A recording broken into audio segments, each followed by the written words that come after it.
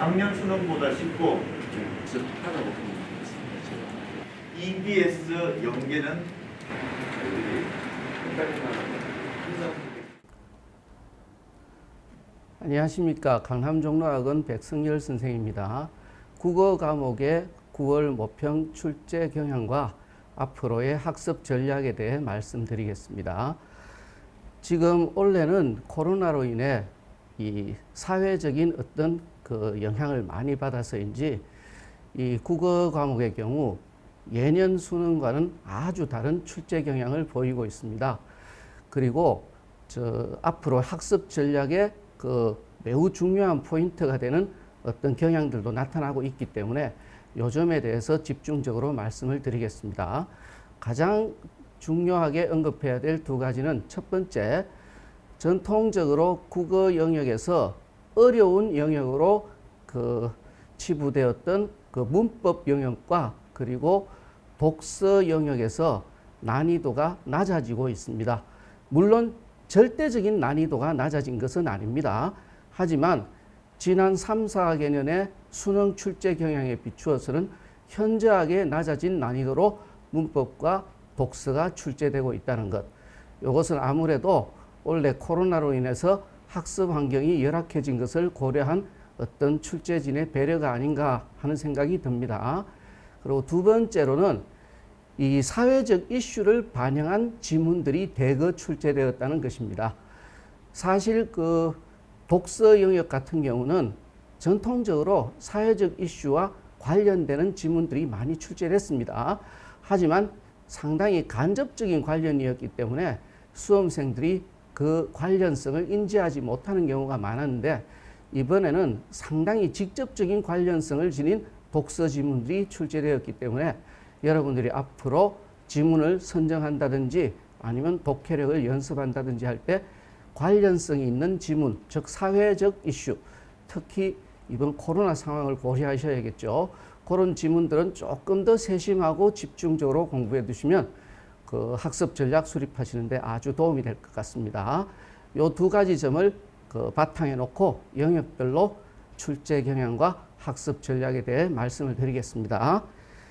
제일 먼저 화법과 작문 영역 10문제에 대해 말씀을 드릴게요. 화법과 작문은 여러분들이 지나치게 시간을 투자해서 공부하는 것이 바람직하지 않다고 봅니다.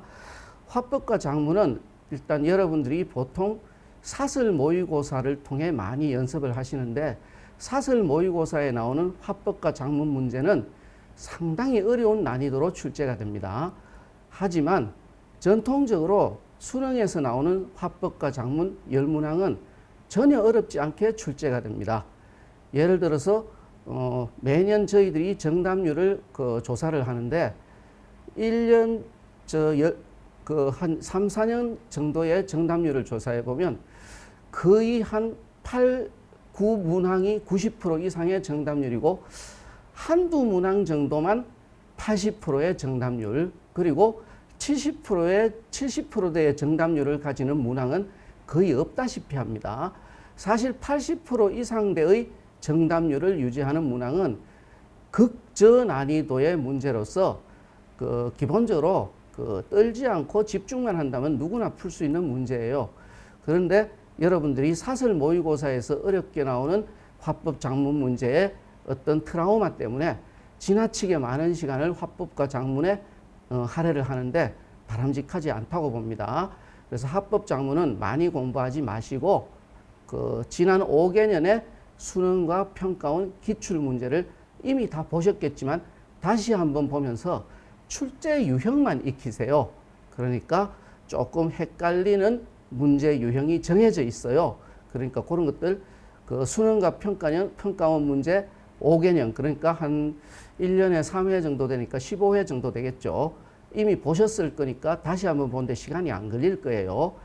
5개년 기출 문제를 가지고 와서 출제 유형만 익히고, 그리고 되도록이면 화법과 작문은 사설 모의고사 문제로 공부하지 마세요. 그리고 조금 하나 첨언 드릴 것은 수능 EBS 연계 교재가 있습니다. 수능 특강과 수능 완성이죠. 거기에 나오는 지문들이 화법과 작문 지문으로 인용되는 경향이 점점 현저해지고 있으니까 그거 참고하셔서 EBS 연계교재 독서 지문들을 조금 세심하게 읽어보시는 그런 준비가 필요할 것 같아요.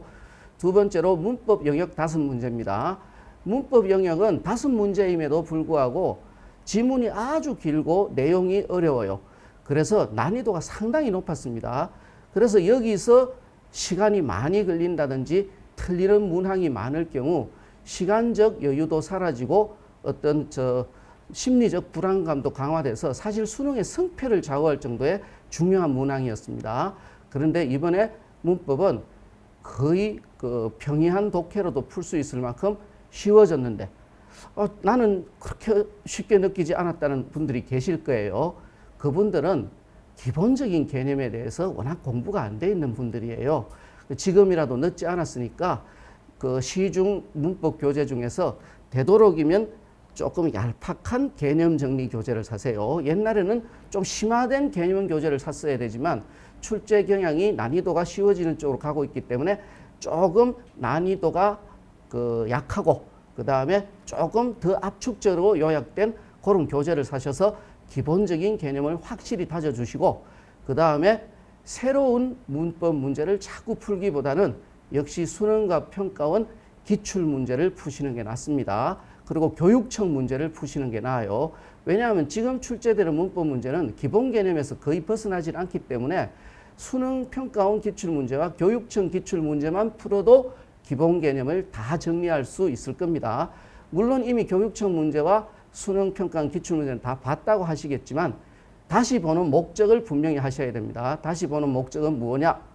바로 사례와 개념을 이해하고 넘어가는 것이 아니라 암기하고 넘어가신다는 겁니다. 이해가 아니라 암기. 그리고 암기의 대상에는 개념도 있지만 사례도 암기하셔야 됩니다. 그거 두 개를 고려하셔서 수능 평가원 기출문제 10개년 그리고 교육청 기출문제 5개년 정도만 다시 완벽하게 암기하셔도 충분히 대비가 가능할 것 같아요. 물론 올해 수능 EBS 교재에 나오는 문법 문제들은 기본적으로 다 암기해 두셔야 됩니다. 그 다음 문학에 대해 말씀을 드릴게요. 문학은 이번 6월 평가원 시험과 마찬가지로 단 한 지문을 빼고는 전원 EBS에서 연계되는 원칙들이 다시금 확인되고 있어요. 그러니까 EBS에 나오는 문학 작품만 열심히 분석하고 기억해 두셔도 거의 대비가 가능합니다. 하지만 이번 9월에 나타난 특이점을 말씀드릴 것 같으면 상대적으로 독서 영역이 쉬워지다 보니 문학 영역의 문제가 조금 까다로워지는 경향이 있다 하는 것입니다. 따라서 EBS에서 전원 연계된다는 사실을 명심하시고 선생님들이 중요한 작품이라고 알려주는 작품들은 그 해설이 제대로 된 좋은 교재를 구하셔서 주제 그리고 줄거리 그리고 구절풀이와 어휘까지 암기한다는 마음으로 세심하게 준비를 하셔야 돼요. 그리고 문제가 상당히 까다로워졌어요. 하지만 문학 문제가 까다롭다는 것은 해석과 사실일치의 경계가 없는 학생들의 경우입니다. 아주 어려운 해석도 있습니다. 그런 해석을 담은 선지들은 패스하시고 정확하게 사실일치를 추구하는 그런 선지들만 정확하게 선별하셔서 집중력 있게 본문과 일치시켜보면 쉽게 문제가 풀릴 거예요. 따라서 해석과 사실일치를 구분해서 사실일치 선지와 키워드를 발견해서 본문과 세심하게 일치시켜보는 그 연습을 분명히 하세요. 마지막으로 독서에 대해 말씀을 드릴게요. 독서는 아까 현저하게 난이도가 낮아졌다고 했지만 절대적인 난이도는 여전히 높습니다. 난이도가 낮아졌다는 말씀은 무슨 말씀이냐 하면 첫 번째, 영역별 심화 개념이 나오지 않습니다. 그러니까 작년, 재작년 수능 기출 문제를 보면 상당히 공부가 되어 있지 않고서는 아무리 읽어도 이해할 수 없는 심화 개념들이 출제됐어요. 그래서 그 심화 개념들이 지문 중간중간에 이렇게 나오기 때문에 아무리 읽어도 이해가 안 되는 상황이었는데 지금 나오는 개념들은 사실 시간만 충분하면 누구나 맞춰 풀기로 가능한 지문들이 출제되고 있어요. 그리고 지문의 길이도 현저하게 짧아졌습니다. 하지만 심화 개념이 안 나올 뿐이지 영역별 기본 개념들은 여전히 중요성을 가지고 출제되고 있습니다. 영역별 기본 개념이란 것은 그냥 읽기만 해도 이해가 되는 것이지만 시간이 부족하다 보니 읽는 순간에는 이해됐지만 읽고 나서는 기억이 안 되는 이런 문제가 발생합니다. 따라서 EBS 연계교재에서 출제되는 경향이 압도적으로 높아졌으니만큼 그 EBS 연계교재를 읽을 때 이해가 어려운 심화 개념보다는 이해가 쉬운 기본 개념들을 아까 말씀드렸듯이 이해가 아니라 암기하셔야 됩니다. 예를 들어 이번에 사회지문에서 나온 헌법, 법률, 명령, 조례, 규칙 이런 개념들은 어려운 개념이 아니에요. 하지만 법률 영역에서 가장 기본적으로 알아두어야 될 개념들입니다.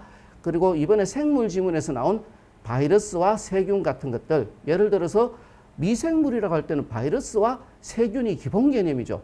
세포의 기본 구조라든지 아니면 미생물의 유형과 특징 같은 것들은 어려운 개념이 아닙니다. 그래서 그냥 이해만 하고 넘어가시기보다는 개념들을 외운다는 생각으로 읽으셔야 돼요. 그리고 아까 말씀드렸듯이 올해 코로나 그 상황으로 사회가 어지럽고 어수선한 만큼 특이하게도 이 사회 상황과 연계된 이슈 지문들이 대거 출제됐습니다. 무려 3지문 중에 2지문이 코로나 상황과 관련된 이슈 지문이죠. 바이러스와 관련된 지문, 그리고 또 하나는 행정 규제와 관련된 지문인데 이 지문들의 내용이 어렵지 않습니다. 하지만 기본 개념들이 짧은 시간 안에 많이 튀어나오기 때문에 짧은 시간 안에 극복하기가 힘들다는 겁니다. 그래서 2가지로 학습 전략을 말씀드릴게요. EBS 교재를 공부하실 때 쉬운 개념도 되도록이면 암기하는 방식으로 공부를 하세요. 2번째, EBS 지문 중에 사회적 이슈와 연계될 가능성이 있다 하시면 특히 그 기본 개념들을 메모하셔서 충분히 암기해 두시면 시간을 줄일 수 있겠습니다. 3번째로, 문학이 어렵다고 해서 문학에서 시간을 지체하면 풀 수 있는 독서 문제도 못 풀게 되는 그런 상황이 발생합니다. 따라서 문학에서 조금 어려운 선지가 있더라도 시간을 줄인다는 생각 명심하십시오. 그래서 적어도 독서에서 40분 정도의 시간을 남긴다는 생각으로 문학과 화법 작문을 푼다면 독서도 충분히 극복할 수 있을 것 같습니다. 그래서 독서 전략은 가장 기본적인 것이 시간을 최대한 확보하는 전략이다. 이렇게 말씀드리겠습니다. 수험생 여러분, 용기 잃지 마시고 열심히 공부하십시오. 감사합니다.